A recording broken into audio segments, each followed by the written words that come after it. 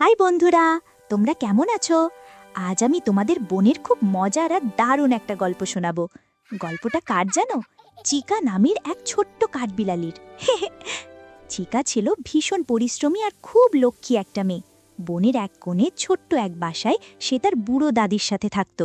কিন্তু সমস্যা হলো, বনে তখন খুব অভাব, কোনো গাছে তেমন ফল নেই। চিকা আর তার দাদি সারা দিন না খেয়ে থাকত। ইস, একদিন চিকা খাবারের খোঁজে বনের অনেক গভীরে গেল। হঠাৎ সে দেখল একটা নীল রঙের সুন্দর পাখি ঝোপের কাঁটায় আটকে আছে। পাখিটা ডানা ঝাপটাচ্ছে আর বলছে, আমাকে বাঁচাও, কে আছো, আমাকে বাঁচাও।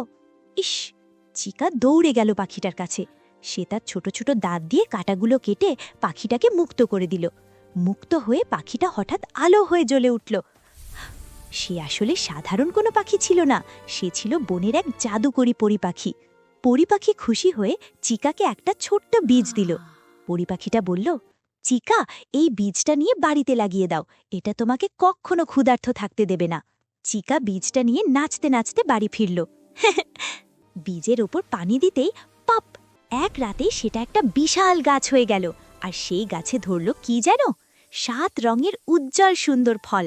ওয়াও! সেই ফল একটা খেলেই পেট ভরে যায় আর দাদির সব রোগও সেরে গেল। ইস, কিন্তু বন্ধুদের মাঝে একজন খুব হিংসুটে ছিল, সে হলো কালু বানর। হ্যাঁ, সে ভাবল চিকাকে কোনো ফলই খেতে দেব না, সব আমি নিয়ে নেব। হ্যাঁ, কালু বানর চুপি চুপি এলো ফল চুরি করতে। সে লাফিয়ে গাছে উঠতে গেল আর ঠপ্পাস! কালু বানর গাছের ডাল থেকে নিচে পড়ে গেল। আউচ! উল্টো ডাল ভেঙে সে নিজে আটকে গেল লতার ভেতরে। ঠিক হয়েছে, চিকা আর তার দাদি চাইলে কালুকে সাহায্য নাও করতে পারত, কিন্তু চিকা তো খুব দয়ালু। চিকা দৌড়ে গিয়ে কালুকে উদ্ধার করল। কালু বানর তো ভয়ে কাঁপছে। সে ভাবল চিকা তাকে বকা দেবে, কিন্তু চিকা তাকে বকা না দিয়ে একটা জাদুকরি ফল দিল।